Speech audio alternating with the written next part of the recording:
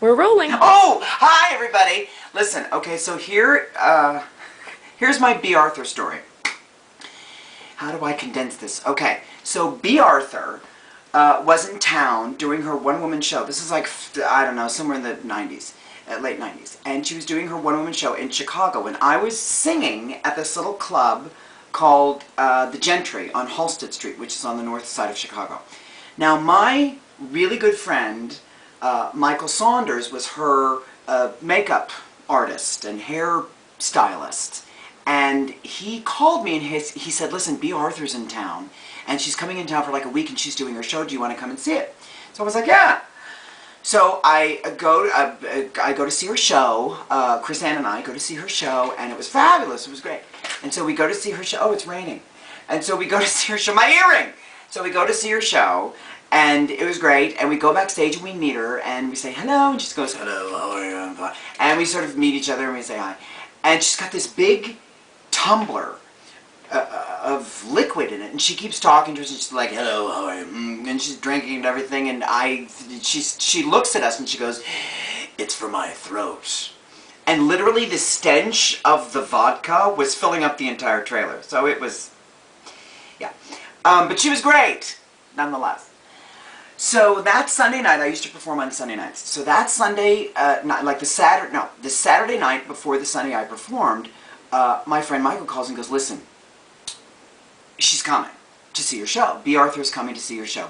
But we're not for sure, you know, because she's 110, and we don't know if she's going to make it that night because she's tired. But she thinks she's going to come and see your show because she really liked meeting you backstage, so she thinks she's going to come and see your show. So I tell one homosexual that she's coming. Maybe. I tell one homosexual. So I go in Sunday night for my gig. Now, this was a 4-hour gig from 9 o'clock till about 1 or 2, whatever, 2 in the morning or something. It was a long night. No, from 10 to 2. I walk in Sunday night. It's packed. It's a sea of homosexual people. You couldn't move in this place. You would have thought it was Liza Minnelli. So I walk in. I could barely get in.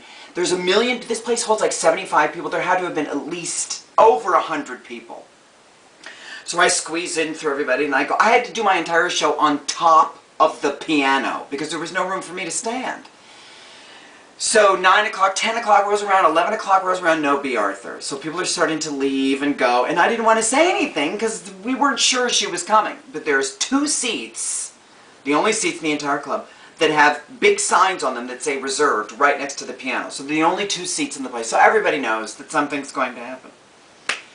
So about midnight, I'm singing. I'm like, just in time. And from the corner of my eye, I see, she's huge. This huge person with this white hair. She has to be over 6 feet tall. She kind of goes, she's like Godzilla. She walks in the room and everybody goes crazy. We're like, yay, poppers and things. Well, not poppers. I mean, like, poppers.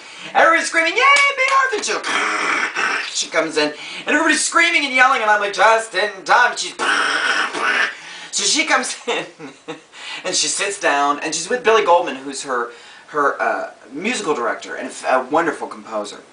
And they sit down, and everybody's like, yay, yay, yay. So I finish, and I'm like, yay, just in time. And then I go, ladies and gentlemen, Bea Arthur, and everybody goes crazy. And I said, perhaps we can cajole her. Perhaps we can cajole her to sing a little song. And she was like, well, of course I'll sing a song. I'd love to sing a song. And she was so generous and so nice and so great. And so she gets up like, she gets up and she comes over to me like, and I said, what would you like to sing? And she said, well, I'd like to sing Some People from my I Do Some People. I said, well, great, sing Some People. So she gets up to the microphone, and her accompanist, you know, sits down to play the piano, and she just, some people can get a thrill. Things, what, you know, because her fingers, very ill, or whatever the words are. And she's singing it, and she finishes the song, and it was like, yay, and hooray, isn't this great? Oh, Marty. And so she finishes the song, and then I'm sitting down, I'm watching her, and I'm like, oh my God, Bea Arthur's singing in my show. This is fantastic. So I'm like, do another one, do another one. Everybody's like, yay, do another one. So then she sings Jenny. She sings the song Jenny. Jenny, Jenny, bright as a penny. So she sings that song, and everybody goes, yay, it was fabulous. So I get up and I'm so thrilled that she's there and I'm out of my mind. I stand up and I walk up to her and she goes, "You know, I used to sing a song, I sang a song with Lucille Ball, who's dead.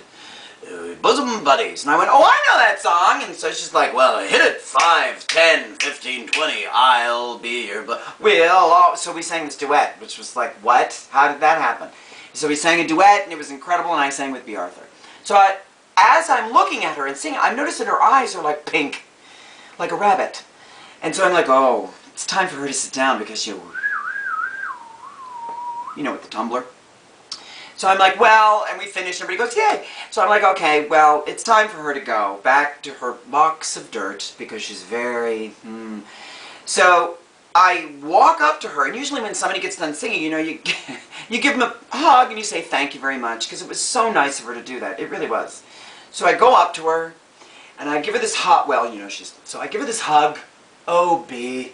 So I give her this hug, and we're hugging, and she leans over, and the microphone is over to her right, and she says, in my ear only, so no one else could hear, she says, "I'm so drunk I could fart."